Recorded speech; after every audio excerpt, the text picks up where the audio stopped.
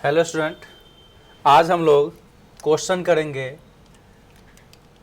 Gauss law ख़त्म होने के बाद जितने चीज़ें पढ़ा है हम लोगों ने उस पर बेस्ड थोड़ा क्वेश्चन कर लेंगे। अब देखिए यहाँ पे according to figure there are two concentric spherical shell having charges Q1 and Q2 respectively. Find electric field at A part में ए पे, बी पार्ट में बी पे और सी पार्ट में सी पॉइंट पे।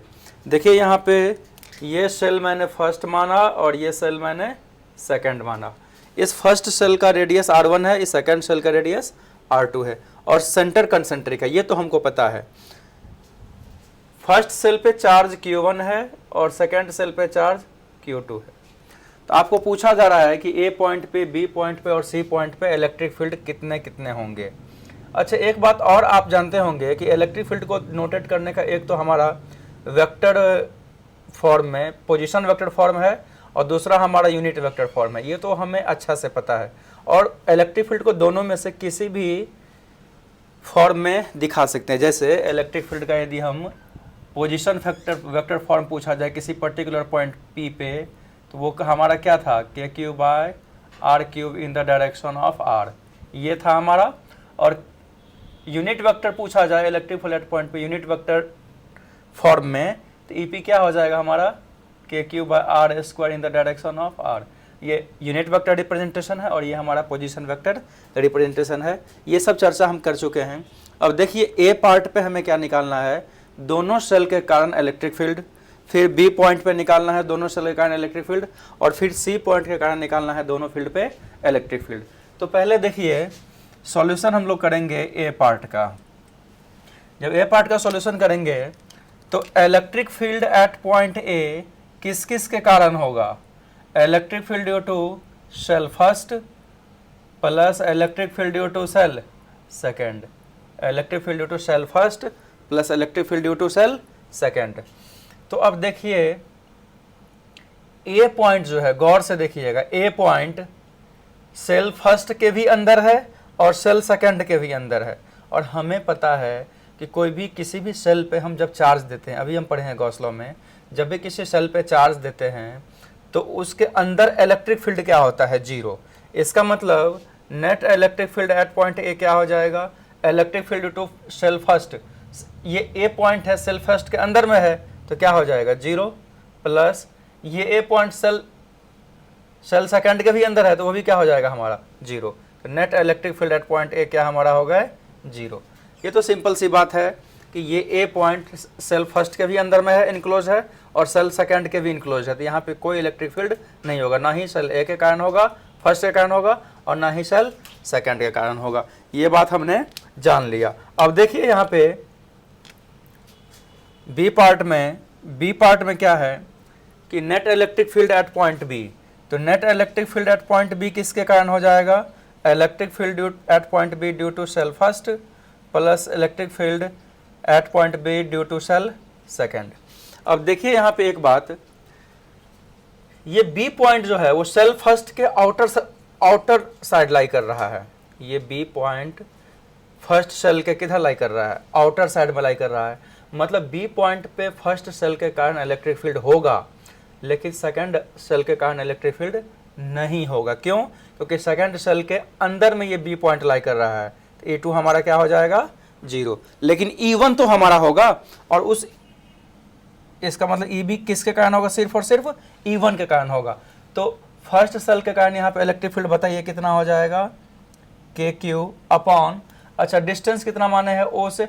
देखिए जब भी हम चार्ज किसी बॉडी पे चार्ज देते हैं तो वो सारे के सारे चार्ज हम कहाँ कंसंट्रेट मानते हैं, एक पर्टिकुलर पॉइंट पे, या उस बॉडी को बॉडी मानते हैं, पॉइंट लाइक बॉडी। ये चीज़ हम पहले डिस्कस कर चुके हैं। जब Q1 आपने इस सेल पे दिया तो सारे के सारे चार्ज कंसंट्रेट कहाँ मानेंगे, O पे, पॉइंट पे कंसंट्रेट होता नहीं है लेकिन मानेंगे। और डिस्टेंस हमेशा सेंटर से मेजर किया जाता है, ये तो हमें पता ही है, सेंट्रल इन नेचर है, लाइन ज्वाइनिंग काम करेगा ये।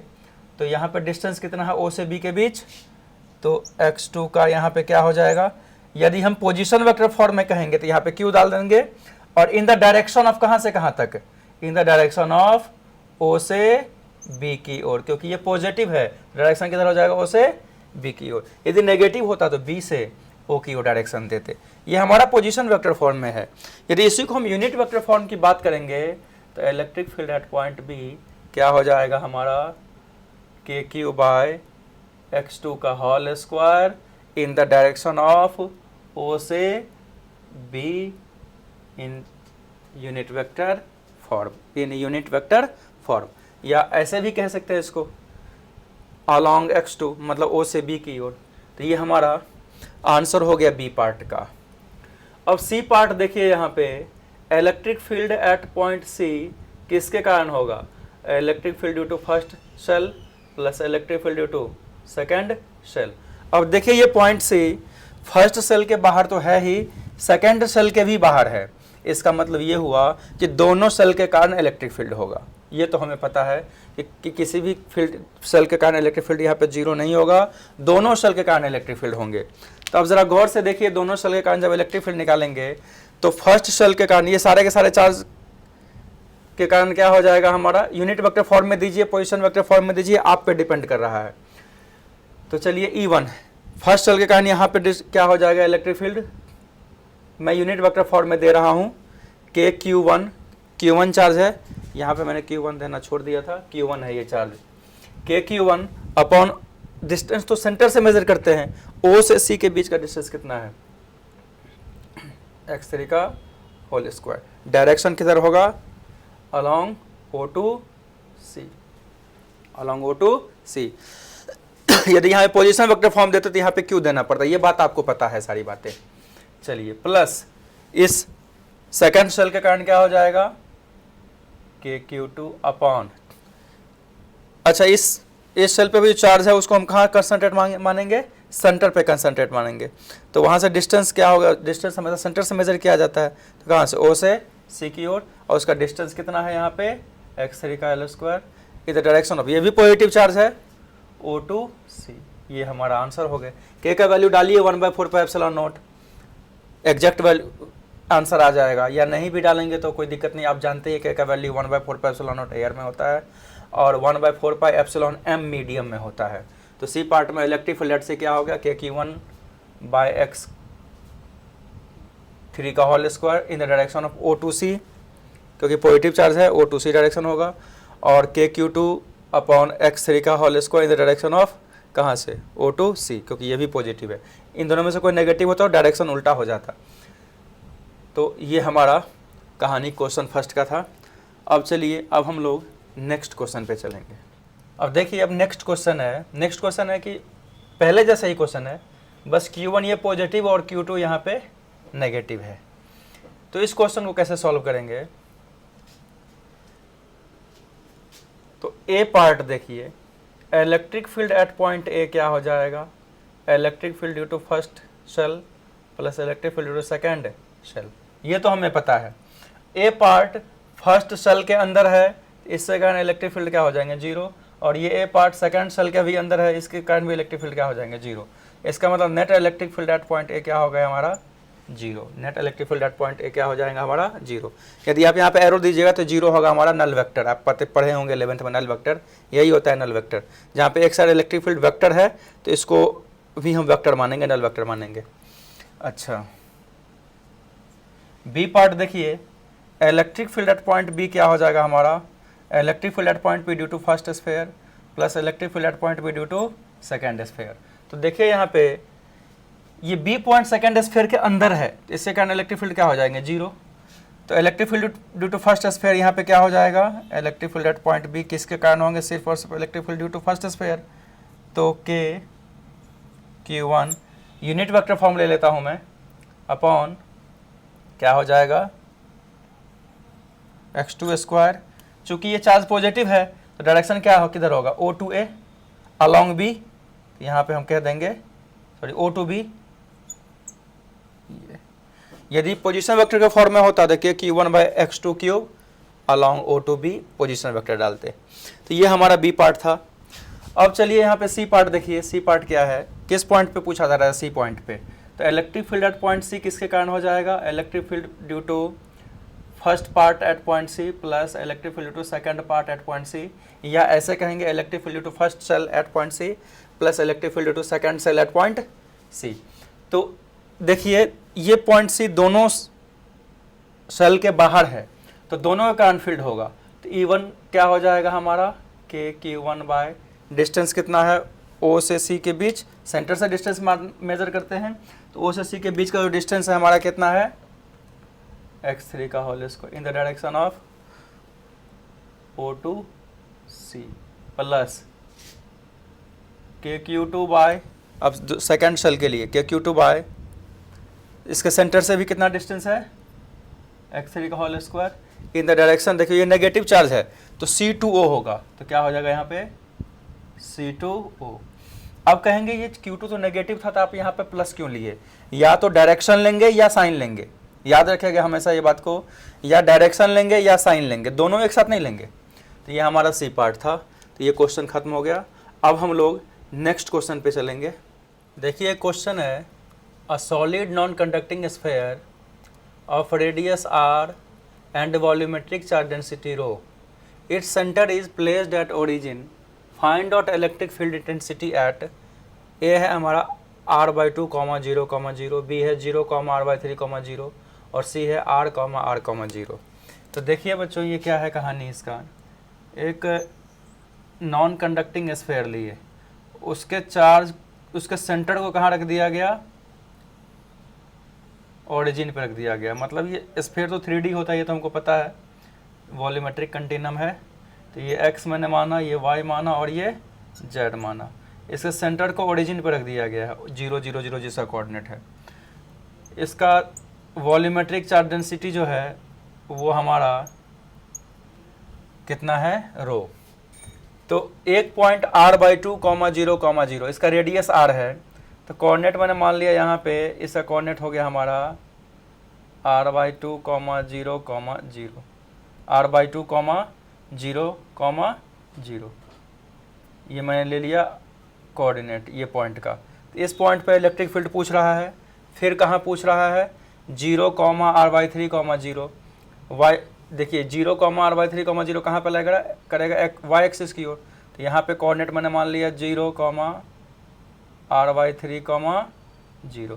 तो यहाँ पे इलेक्ट्रिक फील्ड पूछा जा रहा है, ये A पॉइंट है, ये B पॉइंट है और C पॉइंट क्या है हमारा r, 0। C पॉइंट हमारा जस्ट और सरफेस पे आ गया, C पॉइंट कोऑर्डिनेट कितना है r, 0। तो A पॉइंट पे, B पॉइंट पे और C पॉइंट पे हमें क्या निकालने के लिए कहा जा रहा है इलेक्ट्रिक फील्ड। तो कैसे निकालिएगा, देखिए पहले A और B पॉइंट के बारे में सोचते हैं। A और B पॉइंट कहाँ लाई कर रहा है, inside non conducting charge sphere पे के अंदर लाई कर रहा है।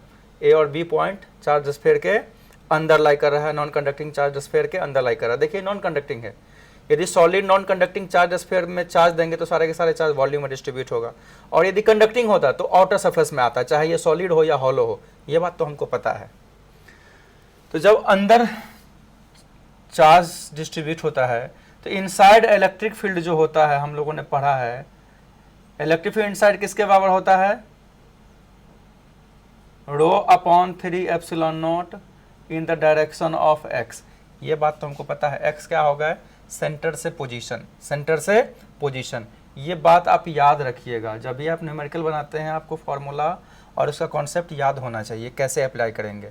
तो इलेक्ट्रिक फील्ड इनसाइड क्या होता है ρx/3ε0। x क्या होगा ओरिजिन से जिस पॉइंट पे हम लोग निकाल रहे हैं इलेक्ट्रिक फील्ड उसका पोजीशन वेक्टर, याद रखना इस बात को। x क्या होगा हमारा position vector of that point, या वैसा पॉइंट जिस पे हम लोग इलेक्ट्रिक फील्ड निकाल रहे हैं उस पॉइंट का पोजीशन वेक्टर फ्रॉम ओरिजिन। चलिए कोई बात नहीं, तो सबसे पहले मुझे क्या निकालना पड़ेगा x निकालना पड़ेगा।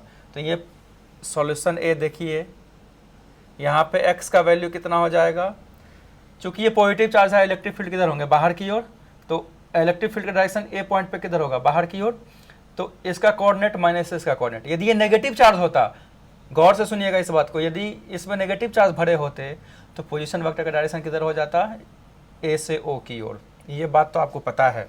तो x क्या हो जाएगा हमें बताइए, इसका x कोऑर्डिनेट माइनस O का x कोऑर्डिनेट I क्या हो जाएगा r/2 - 0 I plus 0 - 0j plus 0 - 0 k। ये सारी बातें आपको पता है अच्छा से, कि कैसे इस क्वेश्चन को हैंडल करते हैं, कैसे पोजीशन निकालते हैं।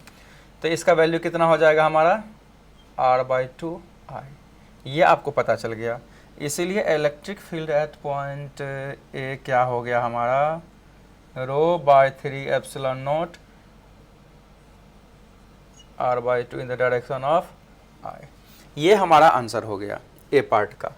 अब चलिए बी पार्ट की बात करेंगे हम लोग। अब बात करेंगे बी पार्ट की। बी पार्ट भी कहाँ है, अंदर ही है, वाई एक्सिस टू लाई कर रहा है, तो इसका पोजीशन वेक्टर पहले निकालिए। तो इसका पोजीशन वेक्टर क्या होगा, ये यहाँ पे एक्स का वैल्यू क्या हो जाएगा, इसके कोऑर्डिनेट और ओरिजिन के कोऑर्डिनेट को सब्ट्रैक्ट करके, तो फाइनली यहीं पे आया ना, तो क्या हो जाएगा 0 - 0I, क्योंकि ओ का कोऑर्डिनेट कितना है 0 0 0, क्योंकि सेंटर कहाँ पे लाई कर रहा है इस स्फेयर का, ओरिजिन पे, plus r/3 - 0 j plus 0 - 0 k। ये बात आप समझ में आ गया होगा आप लोगों के। तो 0 है नल वेक्टर, वो भी नल वेक्टर कितना आ जाएगा हमारा यहाँ पे r/3 j।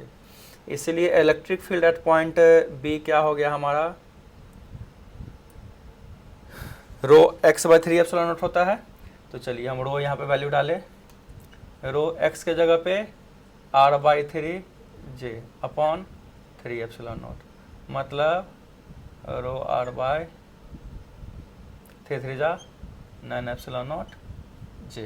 ये हमारा इलेक्ट्रिक फील्ड एट पॉइंट कहाँ आ गया, बी आ गया। अच्छा चलिए सी पार्ट में देखिए, सी पार्ट में कहाँ पे पूछा जा रहा है इलेक्ट्रिक फील्ड, सरफेस पे। जो ही सरफेस पे आप आए तो अंदर में तो आप रहे नहीं, तो इलेक्ट्रिक फील्ड एट सी क्या हो जाएगा, यदि वेक्टर फॉर्म में की बात की जाए तो KQ बाय सेंटर से डिस्टेंस OC का cube in the direction of O to C। ये बात आपको पता है कि इलेक्ट्रिक फील्ड एट सी क्या हो जाएगा KQ बाय OC का cube in the direction of O to C। अब देखिए यहाँ पे हमें Q निकालना पड़ेगा। Q कैसे निकालिएगा, अब देखिए डेंसिटी दे रखा है, तो रो इक्वल टू क्या होता है हमारा Q इंटू वॉल्यूम, क्योंकि रो होता है हमारा Q अपॉन वॉल्यूम, रो हमारा होता है Q अपॉन वॉल्यूम, इसीलिए Q क्या हो जाएगा हमारा रो इंटू वॉल्यूम। ये बात हमें पता है, क्योंकि रो क्या होता है Q बाई वॉल्यूम, चार्ज पर यूनिट वॉल्यूम ही तो रो होता है, तो पढ़ चुके हैं।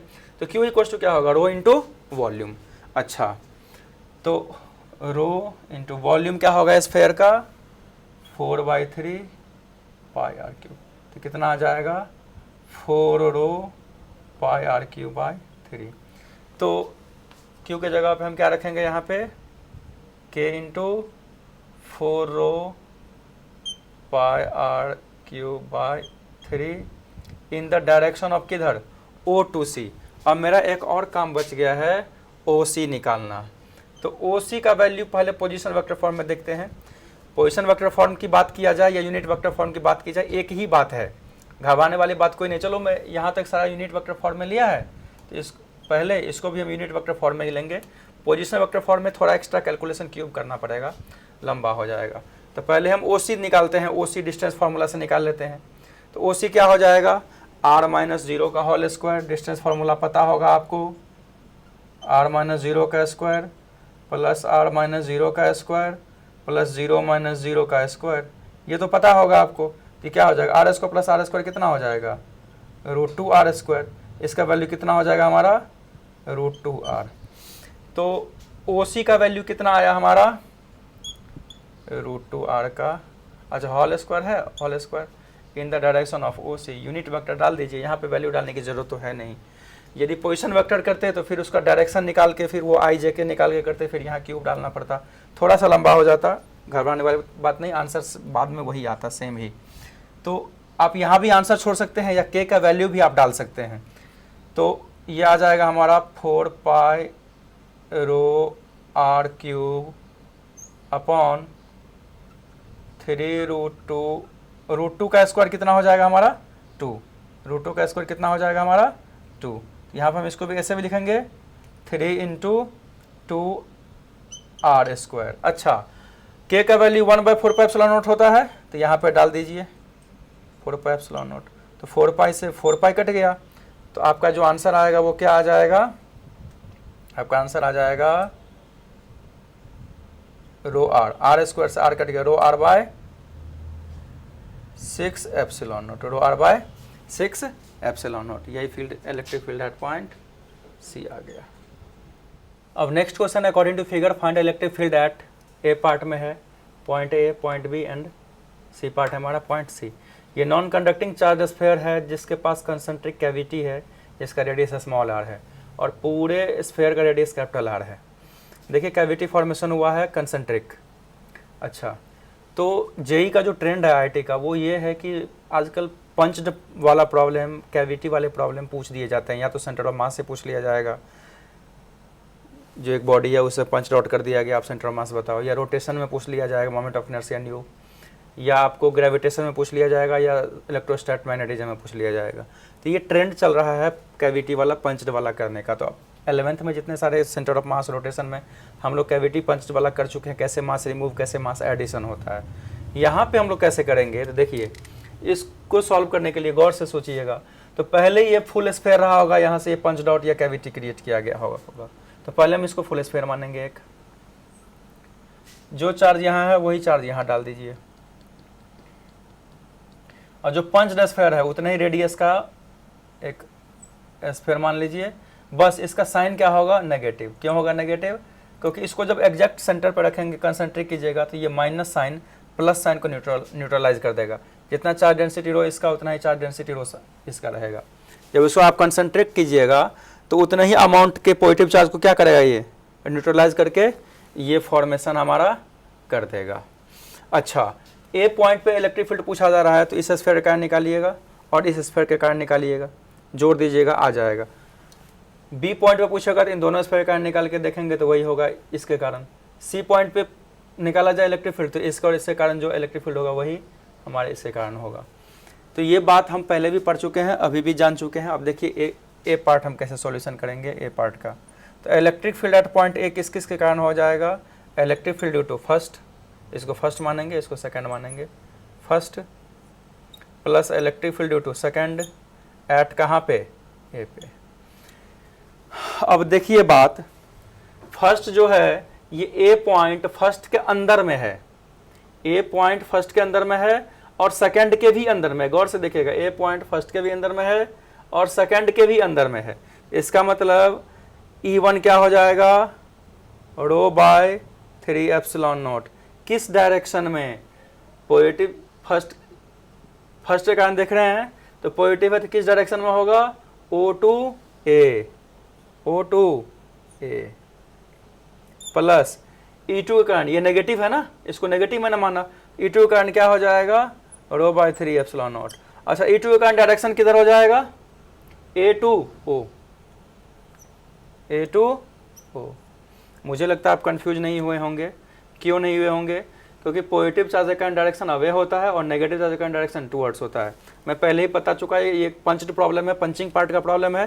पहले आप फुल स्फीयर पॉजिटिव मानिएगा, उतने ही कंसंट्रिक नेगेटिव चार्ज डाल दीजिएगा तो ऐसा बन जाएगा, यहाँ का चार्ज न्यूट्रलाइज होकर 0 हो जाएगा, ऐसा बन जाएगा। तो ए पॉइंट पे इस फर्स्ट के कारण भी निकालेंगे, सेकंड के कारण भी निकालेंगे। फर्स्ट के कारण हो गया, इस पॉजिटिव चार्ज के कारण हो गया rho by 3 epsilon naught O से ए प्लस फर्स्ट चार्ज है ना, ये पॉइंट ए यहाँ पे लाई कर रहा है, देखिए गौर से, ए यहाँ पे लाई कर रहा है तो इसके अंदर भी ए लाई करेगा। तो यहाँ पे इसके अंदर है तो रो बाय 3 एप्सिलॉन नॉट O से ए, ये मैंने मान लिया इसका O, इसका मैंने ये मान लिया O, प्लस इसके कारण कितना हो जाएगा, rho by 3 epsilon naught A2O, negative charge है। अच्छा, OA और AO हम जानते हैं कि OA equals to minus of AO, पता है ना ये चीज़। तो ये और ये हमारा क्या हो गए, कैंसिल आउट हो गए। या कैंसिल आपको नहीं करने का मन है तो इसको आगे फर्दर सॉल्व करेंगे। आप फर्दर सॉल्व करेंगे क्या, rho by 3 epsilon naught O2A plus rho by 3 epsilon naught, AO को क्या रखेंगे आप, माइनस OA। तो वैसे भी कैंसिल आउट हो जाएगा, ऐसे भी देखिएगा तो ऐसे भी कैंसिल आउट होगा, या ऊपर भी कैंसिल आउट कर दीजिएगा। ये तो कॉमन सेंस की बात है। ए पार्ट आपका हो गया। बी पार्ट देखिए बच्चों, कैसे बी पार्ट निकालेंगे। बी पार्ट में ये बी पॉइंट इस नेगेटिव के बाहर है और पॉजिटिव के अंदर है। तो electric field at point B किसके कारण हो जाएंगे, electric field due to first part plus electric field due to second part at point कहाँ पे, बी पे। तो मैं फिर से बता रहा हूँ, ये बी पॉइंट फर्स्ट के अंदर है और सेकंड के बाहर है। तो फर्स्ट के अंदर है तो कितना हो जाएगा, rho by 3 epsilon naught direction O to B, ये तो पता है आपको, प्लस E2 का बाहर वाला है ये। अच्छा यहाँ पोजीशन वेक्टर यूज किए हैं, गौर से सुनिएगा, यहाँ पोजीशन वेक्टर यूज किए हैं, तो इसके कारण भी पोजीशन वेक्टर ही यूज करना है, ये नहीं कि यूनिट वेक्टर डाल दीजिएगा, बहुत गड़बड़ हो जाएगा। तो O से B करना है, तो देखिए इस नेगेटिव चार्ज के कारण बाहर है ये B पॉइंट, तो क्या हो जाएगा के charge on B upon OB का whole cube in the direction of OB। समझ में आ रहा होगा आप लोगों को कैसे करना है। पोजीशन वेक्टर क्यों डाले, क्योंकि यहाँ पोजीशन वेक्टर है तो यहाँ भी पोजीशन वेक्टर, यदि यहाँ यूनिट वेक्टर होता तो यहाँ भी यूनिट वेक्टर ही करते हैं हम लोग।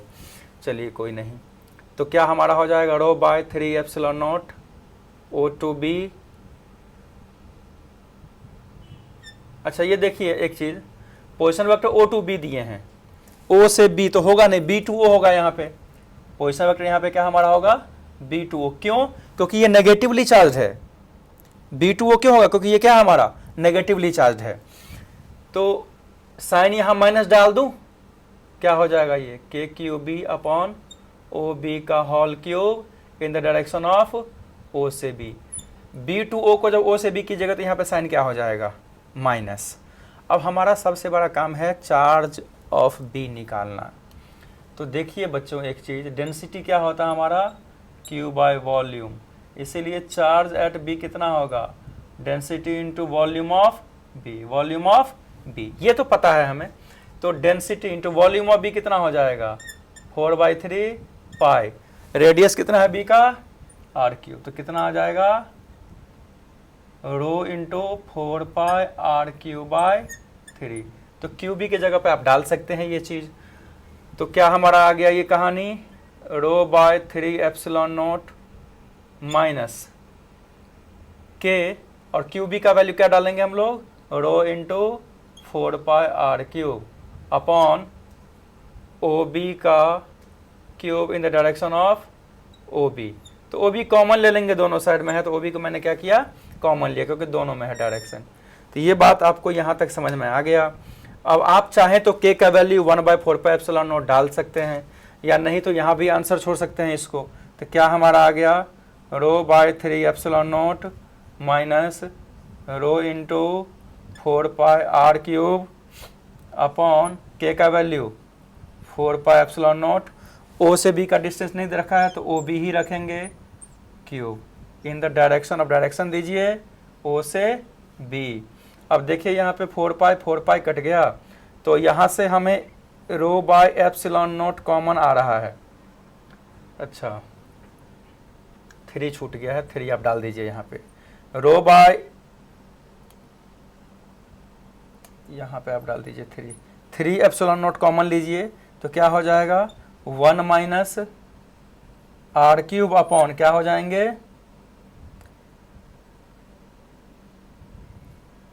OB का cube in the direction of OB। तो ये हमारा इलेक्ट्रिक फील्ड एट पॉइंट भी आया। हमें तो फिजिक्स सीखना है, कैलकुलेशन तो आप लोग खुद भी कर सकते हैं। तो ये कहानी है हमारा B पार्ट का, कैसे निकालेंगे समझ में आ गया होगा आपको। पोजीशन वेक्टर क्यों लिए, यूनिट वेक्टर क्यों नहीं लिए, ये सारी बातें आपको समझ में आ गया। अच्छा आपके दिमाग में ये बात आता होगा कि यहाँ पे हम लोग यूनिट वेक्टर क्यों नहीं ले सकते हैं। अब देखिए एक बात है, यदि यहाँ पे आप यूनिट वेक्टर लीजिएगा तो इनसाइड स्फीयर के इनसाइड जो होता है, मैंने फॉर्मूला क्या बताया था रो x/3 एप्सिलॉन नॉट। तो x तो डिस्टेंस हो गया ना, जहाँ पे देख रहे हैं अंदर सेंटर से x डिस्टेंस हो गया, जिस पॉइंट पे अंदर में देख रहे हैं फील्ड। तो यदि आप इसको यूनिट वेक्टर फॉर्म में लीजिएगा, यदि मैंने यहाँ पे यूनिट वेक्टर लगा दिया तो इसका मैग्नीट्यूड तो 1 हो जाएगा, तो रो बाय 3 एप्सिलॉन नॉट आएगा ना। यदि रो x/3 एप्सिलॉन नॉट के बजाय आप यदि E इनसाइड लेते हैं रो x/3 एप्सिलॉन नॉट, जब इसके मैग्नीट्यूड की बात आप करेंगे तो क्या मिलेगा rho by 3 epsilon naught E inside. क्यों, क्योंकि x यूनिट वेक्टर है, यूनिट वेक्टर का मैग्नीट्यूड कितना होता है 1। तो इसलिए ये फॉर्मूला कभी मत यूज कीजिएगा कि यहाँ पे यूनिट वेक्टर डाल दें, यूनिट वेक्टर कभी नहीं आएगा। क्या आएगा हमेशा इस जगह पे अंदर इनसाइड वाला में पोजीशन वेक्टर आएगा, हमेशा पोजीशन वेक्टर आएगा, अंदर में यूनिट वेक्टर मत डालिएगा। बाहर यूनिट वेक्टर डाल सकते हैं कब, जब ये कैलकुलेशन में नहीं आए। तो ये बात हम समझ गए। अब चलिए, वैसे यहाँ पर आप यूनिट वेक्टर डाल के सॉल्व कीजिएगा तो फाइनली रिजल्ट जो है वो मेरे विचार से यही आएगा, क्योंकि जब मैग्नीट्यूड देखेगा तो एक कट जाएगा, लेकिन मैथमेटिकली हम लोग पोजीशन वेक्टर को पोजीशन वेक्टर से ऐड किए हैं, तो ये बात आ गया होगा समझ में आप लोगों को। अब नेक्स्ट पार्ट है हमारा सी पॉइंट पे। अब ये सी पॉइंट फर्स्ट का भी बाहर है और सेकंड का भी बाहर है। ये सी पॉइंट फर्स्ट स्फेयर के भी बाहर है और सेकंड स्फेयर के भी बाहर है। तो अब चलते हैं सी पॉइंट पे। तो बी पार्ट हम लोग समझ चुके हैं। बी पार्ट में आप अंदर वाला जो रो x/3 एप्सिलॉन नॉट वो पोजीशन वेक्टर होना चाहिए, और बाहर में पोजीशन वेक्टर लीजिए यूनिट वेक्टर लीजिए, कोई फर्क नहीं पड़ेगा, लेकिन अच्छा लगने के लिए दोनों पोजीशन वेक्टर ले लिए थे। अच्छा चलिए, सी पार्ट में देखिए, ये पॉइंट पे, सी पॉइंट पे इलेक्ट्रिक फील्ड पूछा जा रहा है, ये सेंटर ओ है, तो वहाँ पे क्या होगा, ये फर्स्ट था और ये नेगेटिवली चार्ज माने थे जो डायग्राम था वहाँ पे। तो electric field at point C किसके बराबर हो जाएगा, electric field due to first sphere plus electric field due to second at point C. अब ये देखिए, सी फर्स्ट और सेकंड दोनों के लिए बाहर है, फर्स्ट एंड सेकंड दोनों के लिए क्या है, ये बाहर है। इसका मतलब इलेक्ट्रिक फील्ड क्या हो जाएगा, KQ1/O2C। O2C हम यहाँ पे यूनिट वेक्टर ले लेते हैं क्योंकि दोनों के बाहर है। पोजीशन भी लेते हैं कोई फर्क नहीं पड़ेगा, ये बात आप याद रखिएगा, पोजीशन में थोड़ा सा कैलकुलेशन ज़्यादा होता है। अच्छा, डायरेक्शन क्या हो जाएगा, फर्स्ट के लिए नेगेटिव है ये सॉरी फर्स्ट पॉजिटिव है, तो इसका क्या लेंगे direction, O2C unit vector plus KQ2/O से C का square in the direction of, second negative है तो C से डायरेक्शन क्या हो जाएगा, C2O। देखिए, या तो साइन लीजिएगा या डायरेक्शन लीजिएगा, इस बात को ख्याल रखिएगा। तो यहाँ से हमें बाहर क्या निकल रहा है, K/OC का स्क्वायर, तो हमारा क्या आ जाएगा, Q1 O से C प्लस Q2 C से O। अच्छा, अब ये बात हम जान चुके हैं कि OC equals to minus CO, इसलिए CO इक्वल्स टू क्या हो गया, माइनस OC। तो हम इसको ऐसे भी कह सकते हैं, K/OC का whole square Q1 minus Q2 OC। OC बाहर निकाल दिया मैंने यूनिट वेक्टर यहाँ पे, और CO के जगह पे माइनस OC डाल देते, यहाँ पे माइनस साइन आ गया। तो अब हमारा काम मेन रह गया Q1 और Q2 निकालने का।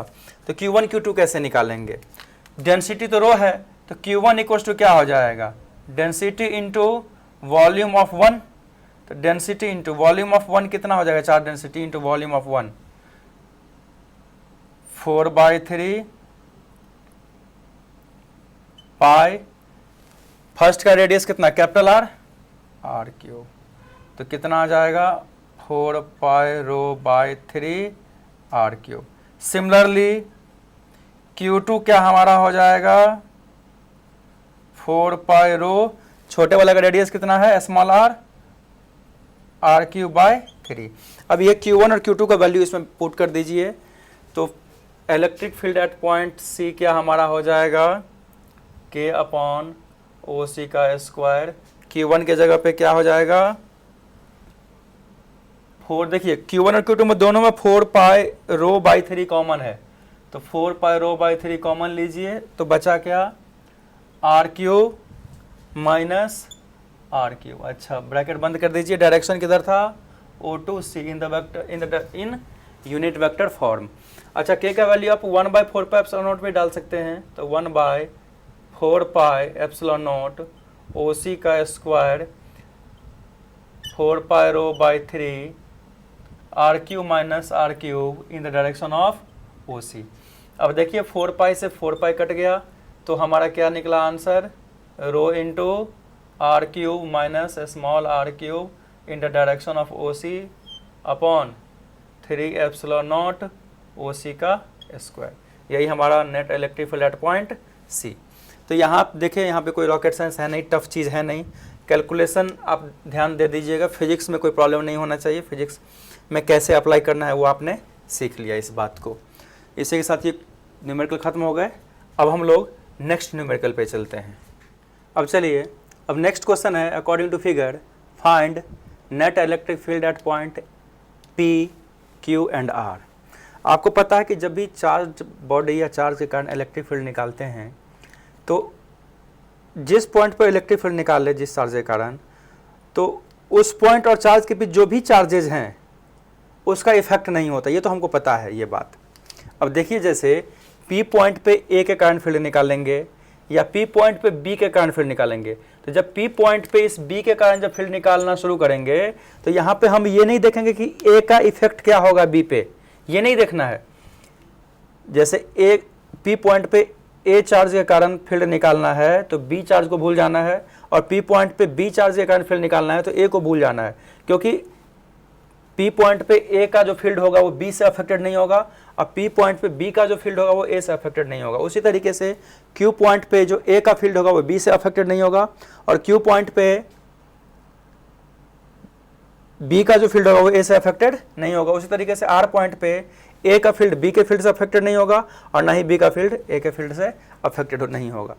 ये बात हम कूलॉम लॉ में पढ़ चुके हैं कि कितने सारे क्यों ना चार्ज रखा हो, एक दूसरे के फोर्स को डिस्टर्ब नहीं करेगा, एक दूसरे के फील्ड को डिस्टर्ब नहीं करेगा। अच्छा एक बात मुझे बताइए, एट पॉइंट P ये चार्ज पॉजिटिव है तो electric field due to A किधर हो जाएगा, इधर की ओर, बाहर की ओर, अवे फ्रॉम दिस शीट।